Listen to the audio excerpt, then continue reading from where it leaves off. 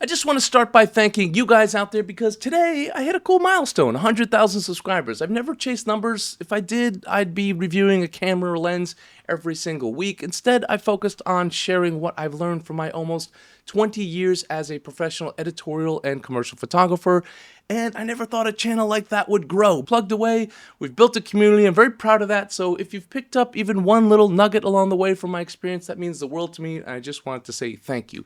And today I want to talk to you guys about what you need in photography and what you absolutely don't need in photography. This is especially for you gearheads out there chasing the next camera, the next lens, the next workshop, the next shortcut, or the next whatever the popular YouTuber out there with little to no experience as a working professional photographer is trying to sell you. I'm here to tell you something different. You may not like it, but it's a different perspective. Listen to theirs, listen to mine, and come up with your own decisions. But this is an alternative perspective to what most people out there are saying. Let's start with 3 things that you absolutely don't need. Number one, big number one is you really don't need a new camera. Probably, most likely, pretty much definitely, you don't. Your lack of megapixels or different autofocus modes isn't what's holding you back. That new camera buzz is short term. Specs don't fix your style. They don't give you motivation. They don't add to you or help you find your vision. Megapixels won't make you a better photographer. It's that simple. It just doesn't. I've had different cameras throughout my entire career. Right now I use cameras that I like, sure, but none of them have ever been a game changer, as people say on YouTube. This camera changed everything. It didn't change everything. It changed nothing. I use Leica for my personal projects because I like the aesthetic of it. But if I still shot with a Canon, or I shot with a Nikon, or I shot with whatever other brand you want to say, I'm sure my projects, my pictures, the moments that I've captured would be as powerful as it would be if I shot with a different camera. I just happen to like using that camera. And in my commercial work, I use Sony because I shoot stills, I shoot video, I have a lot of hybrid shoots. It's adaptable, it's versatile, and it's accessible. That's why. But if I shot Canon, my business wouldn't just all of a sudden fail. So yeah, that's it. You don't need a new camera. Stop listening to what everyone else is saying out there that this camera will change everything. It won't. It will change nothing. Next on my list is photo contests. So many amateurs and even a lot of pros put way too much stock into contests. They can be a giant waste of your time and money. Results depend on judges' tastes,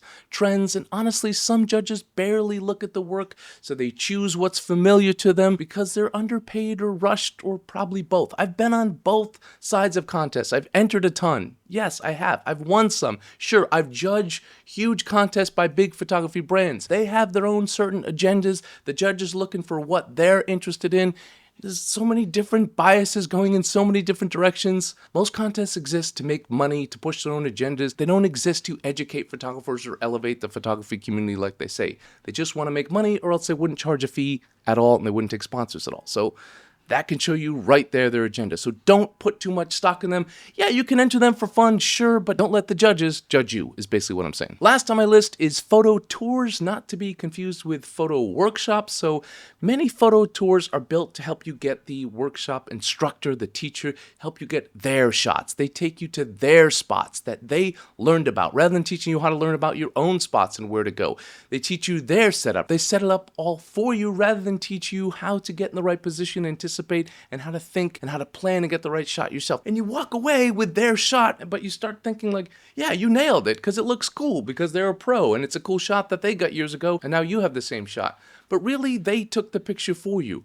Not all tours are like that, but plenty are, and I'll give you a better alternative in a minute. But the idea here during a photo tour is most of them are going to help you get their shots, not teach you how to get your shots. All right, now the fun part, the things that you do need, 3 things here. I'll start with the one that I talk about the most in this channel. If you watch it, you're gonna, okay, Justin, we get it, but a personal project. I know, but start a damn project today. A landscape project, a portrait project, a street photography project, a documentary project, whatever it is. Find something near your home, not in a far-off land, something in your community, something accessible, something you can return to on a weekly basis. Learn how to tell a narrative, learn patience, learn sequencing, learn how to solve problems, learn how to pivot when a story doesn't go in the direction that you want it to go into. It's so important to your learning process. Every time you go out and take pictures without any sort of intention, you just sort of take your greatest hits over and over and over again. That's not how you improve.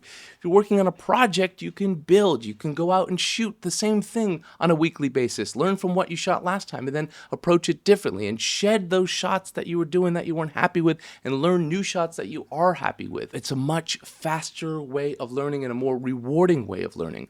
This is sort of like, yeah, I know it's going to sound promotional, but this is what my mentorship program is built around. Weekly sessions, accountability, direction, purpose. You don't have to choose me to help you with this, but choose someone that you vibe with or just start on your own. The important thing is to just start a project now and keep working on it. Number 2 on my list, it's not the photo tour, but you need a real photo workshop. This one is tricky because so many tours are disguised as workshops, so do your homework. A proper workshop should be labor intensive. It should be focused on taking images and learning lessons and growing in your photography. You should be shooting daily, editing daily, sharing your work daily, getting sort of real assignments, getting real lectures and lessons every day, and then applying those lessons into little mini assignments. It should be thoughtful and progressive throughout the entire week.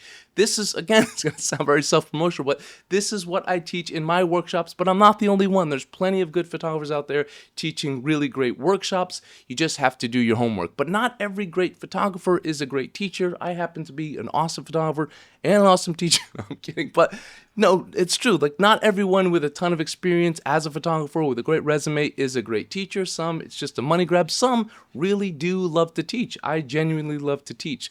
Some are pretty average photographers, but they're great teachers. So do your homework, read the itinerary, and make an informed decision before you book a photo workshop. And really, if you want to grow, if you really want to grow and want to learn, pick a photo workshop over a photo tour. Make sure it's the kind of workshop that's going to challenge you. The best workshops I ever took for growth, they treated us like working pros. They're the ones that I learned more about myself than about the instructor. My best photos came after those workshops, not during it.